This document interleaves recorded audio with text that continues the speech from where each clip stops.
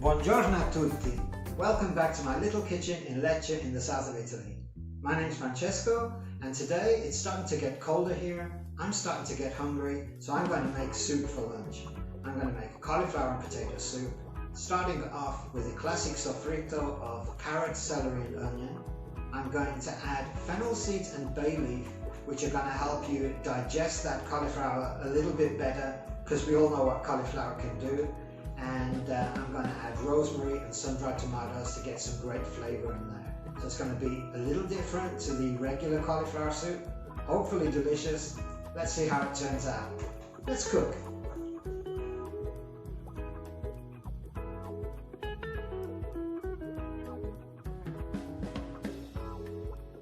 For today's recipe you are going to need cauliflower, carrot, celery, potatoes, onion, rosemary, fennel seeds, sun-dried tomatoes, bay leaf and parsley.